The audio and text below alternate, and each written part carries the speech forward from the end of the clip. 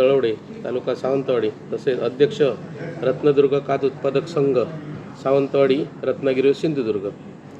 माझा सावंतवाडी तालुक्यात तळवडे येथे NJ agro product private limited ही कात बनवण्याची तसेच रंग बनवण्याची कंपनी आहे।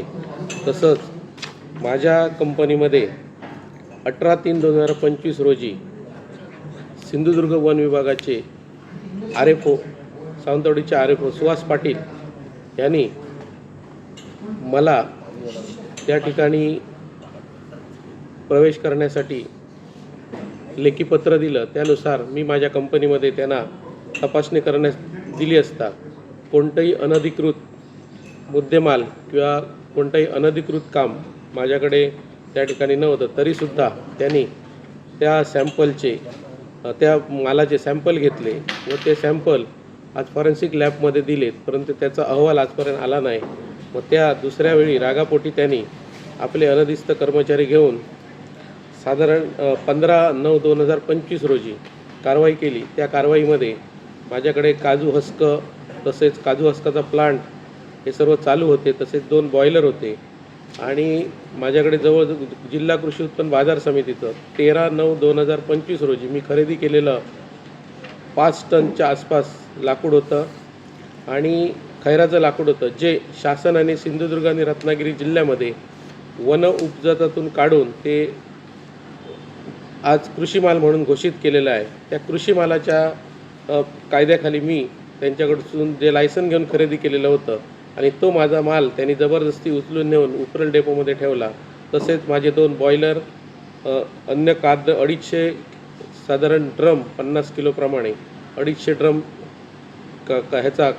काजू हस्काचा माल स्विच केला आणि कारखान्याला त्यांनी सील केलं। त्यानंतर 9/12/2025 रोजी शिडतुरे नावाचे अधिकारी, ज्यांना सिंधुदुर्ग जिल्ह्यामध्ये फक्त 5च कारखाने तपासण्याचा वरून आदेश होता, तर त्यांनी जबरदस्ती माझ्या कारखान्यामध्ये 9 तारीखला रात्री 11 वाजता येऊन त्या ठिकाणी माझा मुलगे दोन्ही आणि बायको ह्यांना बोलवून रात्री 3 वाजेपर्यंत गेटवरती उभे करून ठेवले। कारण मी त्या दिवशी मुंबईमध्ये होतो, मी नव्हतो। मी दुसऱ्या दिवशी आलो, त्यांना दाखवलं, कोणताही आक्षेपार्थ माझ्याकडे काही मिळालेलं नसून त्यांनी जी सील लावलेलं होतं ते काढून टाकलं आणि त्यावरती आपलं सील लावलं।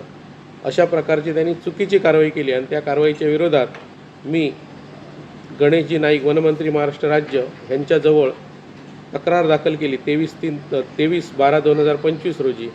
त्या तक्रारीची दखल घेऊन तसेच मी माननीय प्रधान मुख्य वनसंरक्षक यांनासुद्धा तक्रार दिलेली होती। त्या अनुषंगाने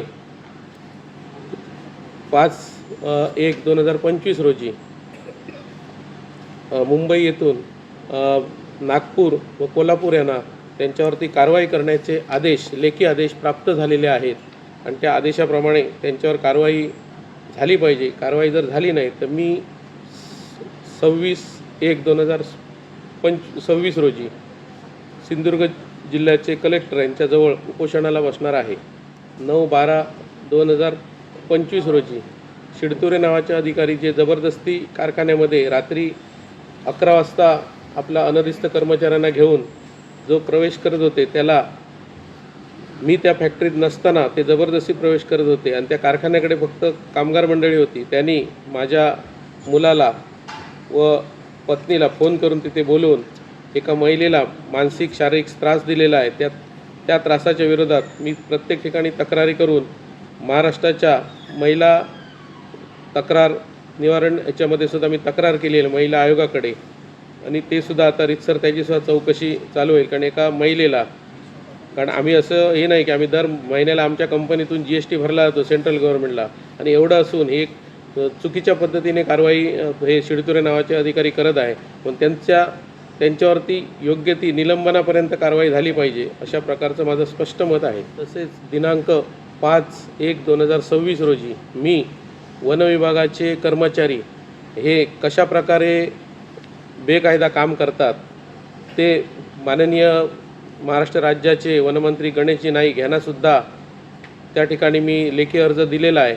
व्यत्यय इथे सर्वे नंबर जो 95/5 अ ब च्या लागूनच क्रेशर आहे, तसंच सोनुर्लीमध्ये आहे आणि ह्या क्रेशरला ह्या अधिकाऱ्यांनी आर्थिक प्रलोभनामुळे दाखले दिलेले आहेत, चुकीच्या पद्धतीचे दाखले जे शासकीय वनापासून 200 मीटरच्या बाहेर पाहिजे ते एकदम लागून आहेत आणि एकतर वन जमिनीमध्येच क्रेशर चालू आहे.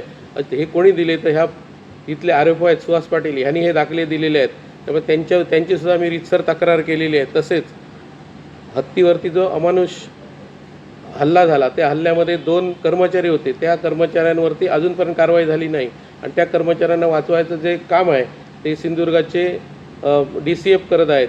त्यामुळे ते सुद्धा मुद्दा त्यांच्या निदर्शनास मी आणून दिलेला आहे आणि या सर्वांवरती कारवाई ही झालीच पाहिजे. कारण असं जर शासकीय वनाच्या बाजूला जर क्रेशर लागली तर आमचा काय धंद्याबद्दल कोणाचा विरोध नाही किंवा काय नाही, पण ह्या शासकीय कर्मचारी एक हे करतात म्हणजे आपल्या पैशासाठी बाहेरच्या जिल्ह्यातून येतात आणि सिंधुदुर्गामध्ये कसं काही पण हे करून टाकतात. त्याच्यासाठी माझा हा लढा चालू आहे.